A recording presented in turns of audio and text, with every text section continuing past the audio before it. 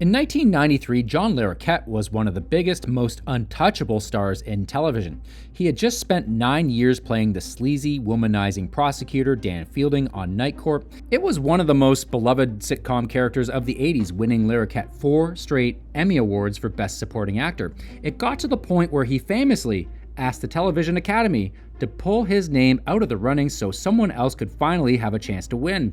So after Night Court, he could have done any show he wanted. He could have played it safe.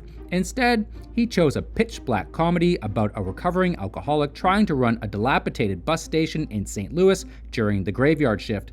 And for a brief moment, it might have been the best new show on television. Critics absolutely loved it. Larroquette himself called it some of the best sitcom work ever made. And then NBC systematically tore it apart. Over the course of 3 seasons, the network sanded off everything that made the show special, piece by agonizing piece, until there was nothing left to cancel. And after that, it vanished for 20 years. This is the rise, the destruction, and the complete disappearance of the John Larroquette Show. Now, before we start, give this video a like if you watched this show back in the day, and subscribe for more retro TV deep dives. Okay, let's go back to 1992. John Larroquette had just wrapped up 9 seasons of Night Court. At this time, NBC was in a transitional phase. Cheers was coming to an end, Seinfeld was finding its massive audience, and the network was absolutely not about to let a proven draw like Larroquette walk over to ABC or CBS. They wanted him back on the air immediately, and they essentially gave him a blank check. Do whatever you want. And what he wanted was strange, especially for the early 90s. Larroquette teamed up with creator Don Rio, who was coming off of creating Blossom, on a show originally titled Crossroads. The pitch was entirely anti-sitcom. A recovering alcoholic named John Hemingway takes a job as the night manager of a run-down bus terminal in St. Louis. Think about the standard sitcom settings of that era. Cozy living rooms, brightly lit coffee shops, bustling friendly offices. Now, picture a dingy, fluorescent-lit bus station in the middle of the night. It was workplace comedy set at absolute rock bottom. John was surrounded by broken, desperate, and cynical people. He was tempted by everyone and everything around him to have a drink at the exact moment he was white-knuckling his way through early sobriety. In fact, the entire first season was built episode by episode around the 12 steps of Alcoholics Anonymous. For a primetime network comedy, that was unheard of. As the LA Times would accurately dub it, it was sitcom noir. And this material hit incredibly close to home for Larroquette. He himself was a recovering alcoholic in real life, having gotten sober in the early 80s. When viewers saw his character struggling through the physical and emotional toll of early sobriety, it felt entirely authentic because the man playing him had actually been there. And that deep personal connection is part of what made NBC's decision to change the show's title from Crossroads to The John Larroquette Show make even more sense in retrospect. Yes, the network obviously did it for the name recognition, but the title highlighted just how personal this project was to its star. Now, the cast and characters surrounding Larroquette were highly unusual and completely diverse for the era. Instead of the standard network television families or polished professional groups, this show featured what were essentially societal outcasts. Liz Torres, who classic TV fans will remember as Teresa in All in the Family, played Mahalia, John's sharp-tongued secretary and the show's clear number 2. Gigi Rice played Carly, a high-class escort who hung around the terminal and became the source of John's slow-burn romantic tension. Daryl Chill Mitchell played Dexter, the guy running the station's sandwich counter who deeply resented John for landing the manager job he felt he deserved. Shy McBride, in one of his very first major TV roles, played the station's philosophical janitor, Heavy Gene. And then there were the 2 bumbling transit cops who were named Adam Hampton and Eve Eggers. Adam and Eve, ham and eggs, get it? They were played by Lenny Clark and Elizabeth Barrage. The John Larroquette Show premiered on September 2nd, 1993, and it came out swinging. The pilot pulled in a massive 19.8 million viewers, but the reviews were even better than the numbers. Critics across the country were enamored with the dark humor and the sheer audacity of the premise. Variety praised the show, crediting Larroquette with bringing humor and even a profound sense of grace to the show's edgy, uncomfortable corners. For a brief moment, this was unequivocally the best reviewed new comedy on television. And then the audience left. Here's the problem. NBC, in all of their wisdom, decided to schedule this dark, brooding, AA-structured comedy directly opposite Roseanne. If you know anything about television ratings in the early 90s, you know exactly what that means. That year, Roseanne was the number 4 show in all of America. Going up against Roseanne in 1993 was a guaranteed death sentence. Week by week, the millions of viewers who had sampled Larroquette's edgy new show drifted right back to the familiar comfort of ABC. By the end of the first season, the show had hemorrhaged nearly half its audience. It finished 96th in the Nielsen ratings, making it one of the poorest performing major network shows in the country. And NBC was ready to pull the plug. But they still loved Larroquette, and they didn't want to lose him, so they gave him another shot, on one condition. They had to dunk the show in a vat of sanitizer. When season 2 premiered, the gritty edges were completely filed down. John suddenly moved out of his depressing room and into a much brighter, nicer apartment. Carly magically quit escorting, bought the bar right next to the terminal, and became a respectable small business owner. To soften John even further, the network handed him a wholesome new love interest across the hall, a cheerful nurse named Catherine, played by Alison LaPlaca. But perhaps the biggest and most fatal change, the references to alcoholism were dramatically reduced. They didn't go cold turkey on the premise, but it suddenly wasn't a focal point. The near-weekly AA meetings that defined the structure of the first season mostly disappeared. The characters just didn't bring it up as much. Years later, on Charlie Rose, Larroquette said it plainly. NBC directly asked him to pull back from the alcoholic viewpoint. He wasn't happy about it because to him, that was the entire foundational point of the show. But if he wanted to keep his cast and crew employed, he had no choice. With the show adequately bleached and still boasting one of the most popular TV actors in America, NBC felt confident enough to pair it with Frasier on Tuesday nights. This was a strategic move to take on ABC, which was absolutely cooking with hits like Home Improvement and Grace Under Fire. And the strategy largely worked. Viewership increased to around 15 million an episode, and the show climbed all the way back into the top 50. Things seemed to be on the right track. But in network television, good is rarely good enough. Even with the ratings bump, the show wasn't retaining enough of the massive audience from its lead-in, Frasier, which had quickly become one of television's top shows. So network executives demanded a second round of changes as the price of a third season.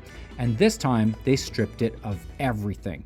The entire cast switched to the day shift, literally and metaphorically chasing the very last remnants of darkness out of the show. The lighting on the set was actually brightened. Oscar, the eccentric old man who lived in a phone booth, got scrubbed up. First, they turned him into a paperboy, and then a shoeshine man. The recurring drag queen character quietly vanished without an explanation, and John's alcoholism, the primary internal conflict, and the entire engine of the original show was all but erased. It was mentioned only a handful of times across the entire season. But it's not as if NBC was actually going to give this new and improved John Larroquette show a real chance to shine in its Tuesday time slot. Instead, they moved it to Saturday nights. In the 1990s, Saturday night was basically where network television shows went to die. It was a soft cancellation.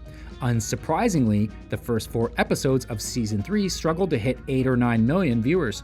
The writing was clearly on the wall, but then the show received a dose of divine intervention from a show that was failing even worse. The comedy that NBC had confidently dropped into Larroquette's old Tuesday slot, a forgotten show called The Pursuit of Happiness, bombed spectacularly. Suddenly, NBC needed a warm body to fill that Tuesday slot once again, so they went crawling back to the show they had just left for dead. Larroquette and his crew got pulled back into Tuesdays, right behind Frasier, after just 4 episodes in Saturday Night Exile, and the show wasn't going down without a fight. Season 3 had a new man in charge, a young, sharp writer named Mitchell Hurwitz. Yes, the same Mitchell Hurwitz who would go on to create the comedic masterpiece Arrested Development. Under Hurwitz, the show got much funnier, largely because it stopped trying to be a normal sitcom and leaned hard into self-aware, network-mocking meta-comedy. The writers knew NBC was messing with them, so they started messing back.